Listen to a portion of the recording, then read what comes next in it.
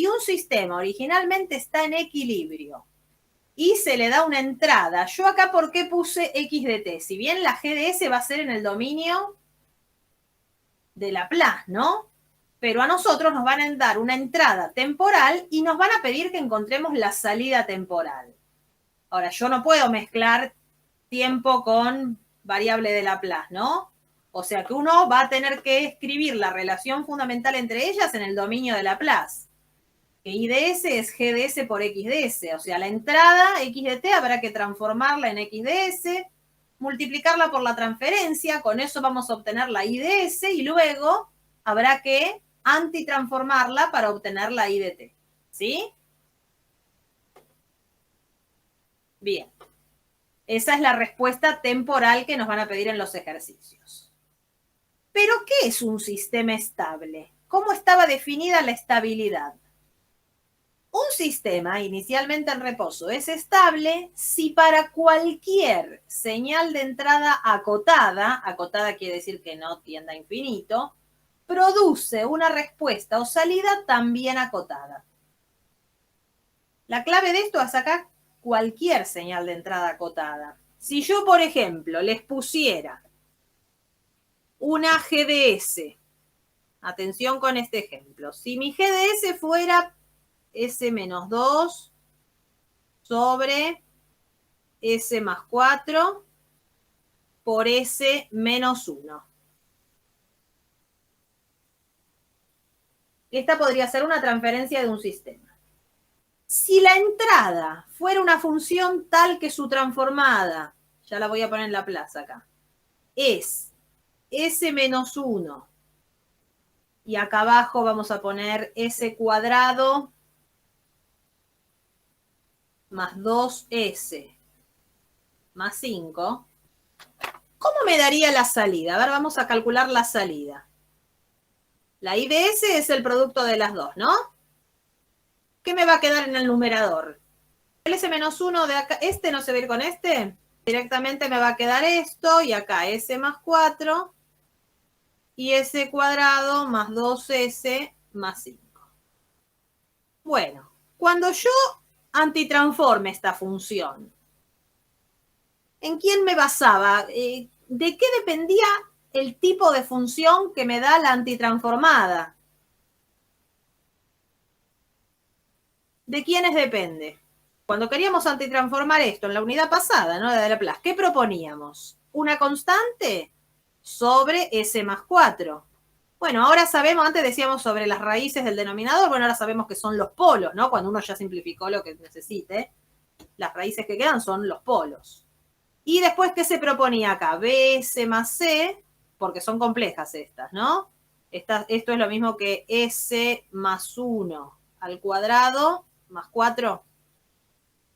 Bueno, no importa los valores que tengan ahora la A, la B y la C. Este término, cuando yo lo antitransforme, ¿qué me va a dar? Lo que valga la constante A, que no me interesa ahora cuánto es, ¿por cuánto? Esto me va a dar A por E a la... Y este otro, bueno, previamente completando, ¿no? O sea, acá dice S, yo tenía que poner entre paréntesis para que quede S más 1. Pero ¿qué me va a dar esto? Me va a dar B por un coseno. ¿De qué frecuencia?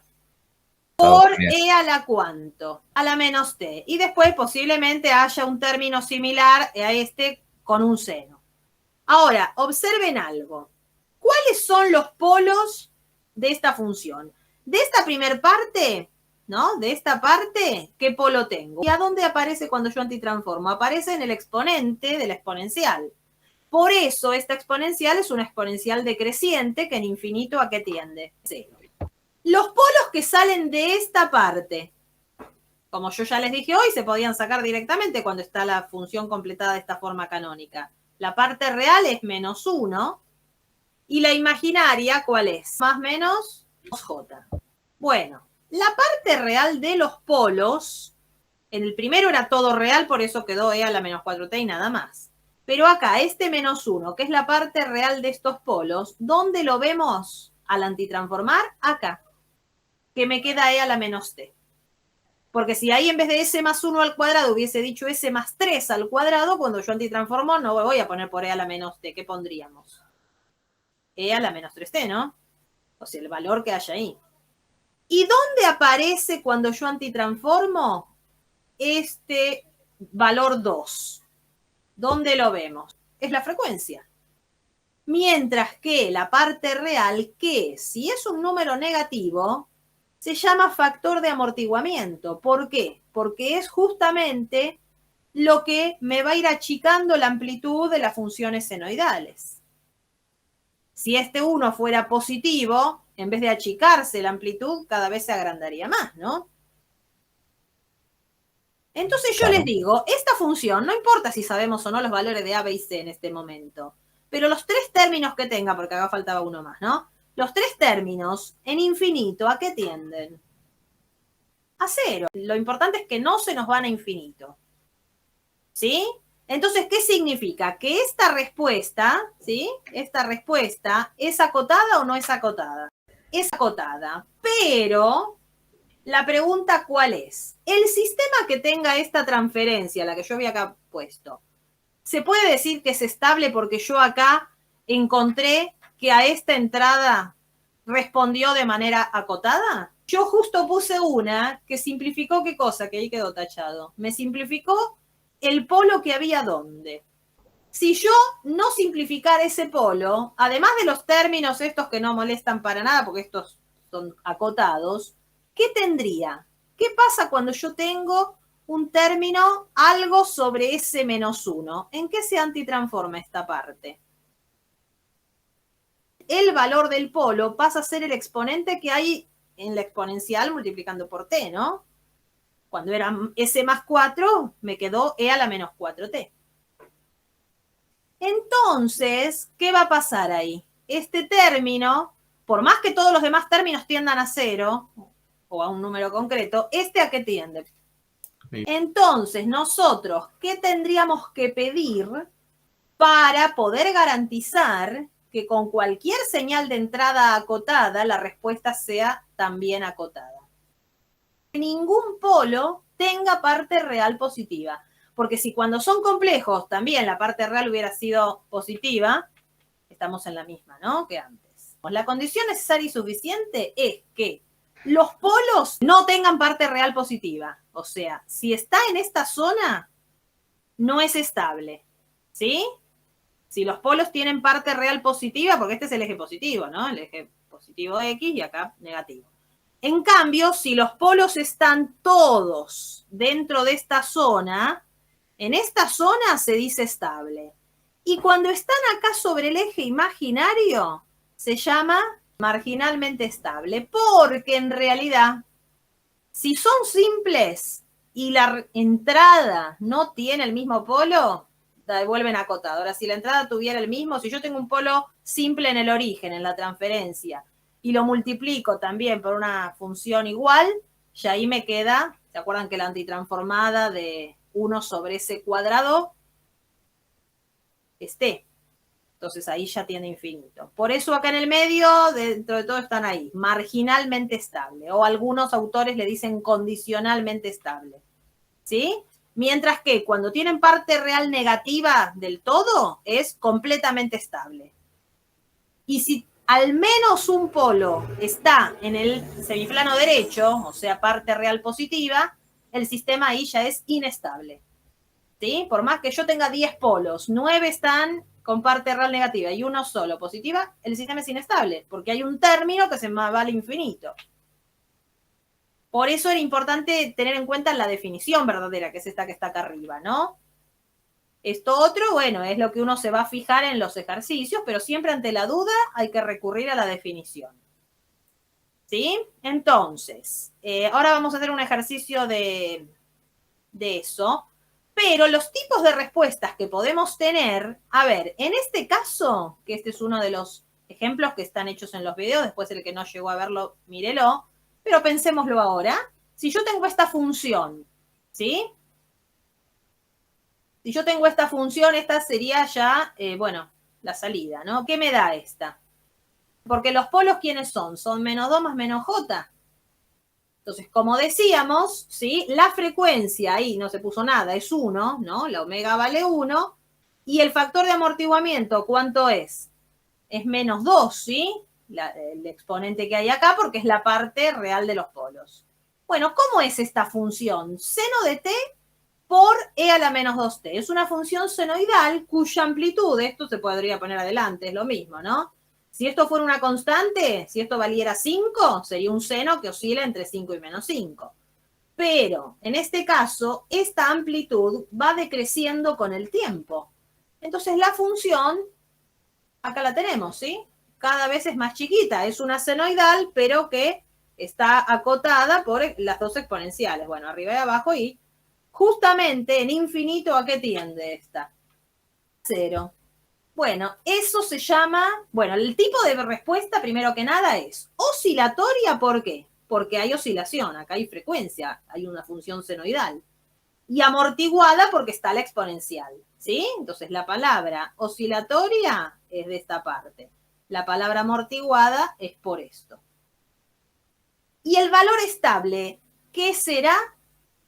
Es el valor al que tiende esta función cuando t tiende a infinito. En este caso, ahí lo vemos en el gráfico, ¿a qué tiende? Ese es el valor estable, el valor en el que se estabiliza la función. Otro tipo de respuesta que apareció en el otro ítem del ejemplo que está en el video es este, ¿sí?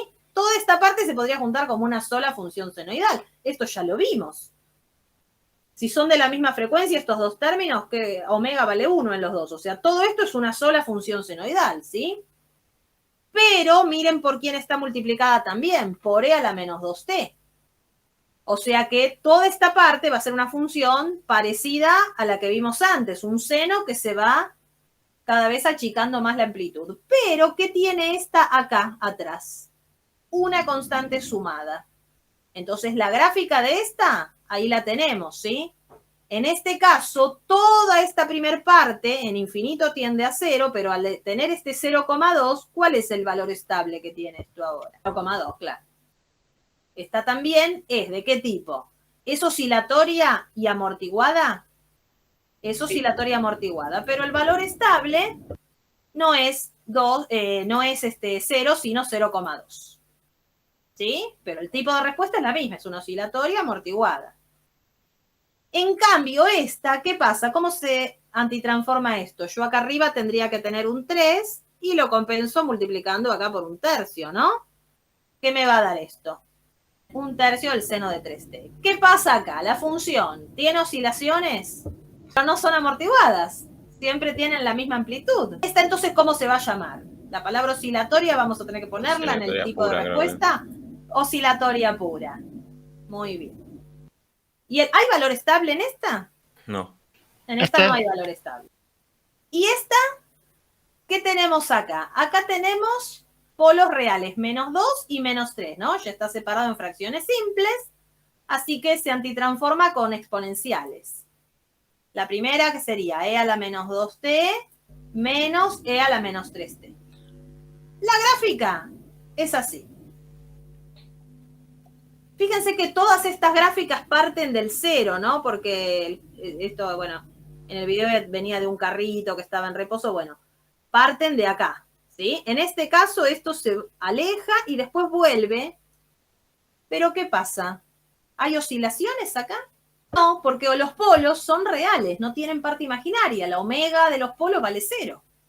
Entonces esta es una respuesta exponencial amortiguada, nada más, no oscilatoria. La forma genérica de los polos vamos a poner acá arriba. Los polos son alfa más menos j omega. ¿Sí? ¿Esto por qué lo llamamos omega? Porque esto me va a dar la frecuencia de oscilación. Si yo tengo omega, me va a dar alguna parte oscilatoria. Y alfa, ¿qué me va a dar? El factor de amortiguamiento, ¿no? Bueno, cuando es negativo, ¿no? Si alfa... Entonces, en este caso, los polos, ¿quiénes son los polos acá? Son menos 2, que sería lo mismo que poner menos 2 más 0j, si querés, para ponerlo completo. Y el otro es menos 3 más 0j también. Entonces, ¿ves que no hay frecuencia? ¿Sí? En cambio, te vuelvo a poner el otro ejemplo que vimos al principio. En el que vimos al principio, acá, ¿quiénes eran los polos acá? Eran -2 más menos J.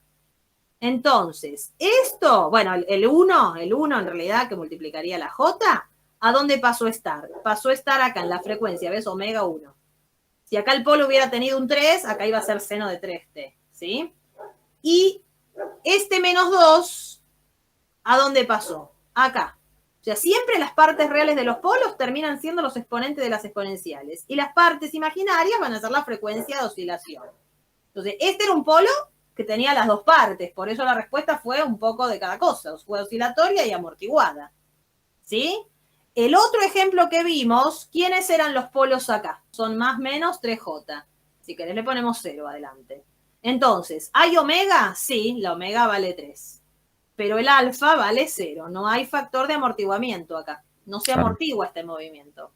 ¿Y hay valor estable en esta última que habíamos visto con dos polos reales negativos? En este caso se acerca al 0, ¿no? Pero bueno, en otro caso depende, ¿no? Si esto se le suma una constante, en infinito por ahí tiende a la constante. ¿Está?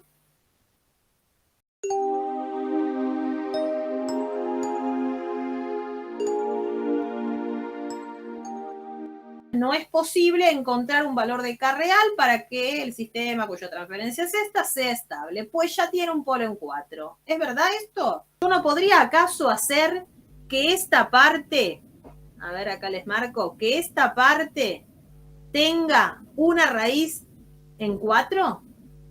Si yo esto hago que el 4 sea raíz del numerador, entonces se me va a cancelar con eso. Y los polos que salen de esta parte no tienen problema, ¿no? De esta parte, ¿quiénes serían? -2 más menos J. Estos no tienen problema. De hecho, ¿cuál es el valor? O sea, hay posibilidad de encontrar el K. Entonces, como acá dice que no es posible, esto que dice que no es posible es falso. Porque sí es posible. De hecho, busquémoslo que se hace rapidísimo. ¿Cuál es el valor? ¿Yo qué quiero? Que 4 al cuadrado menos 6 por 4 más K me devuelva ¿qué? 0. Yo quiero que el 4 sea raíz de eso. ¿Para qué? Para que eso se pueda factorear como ese menos 4 por ese menos otra cosa. Bueno, ¿y cuál es el valor de K que sale de aquí? 8. 8. Ahí está. Si K es 8, lo de arriba va a ser ese menos 4 por ese menos 2. Entonces el S-4 se simplifica y el sistema queda estable. ¿Sí?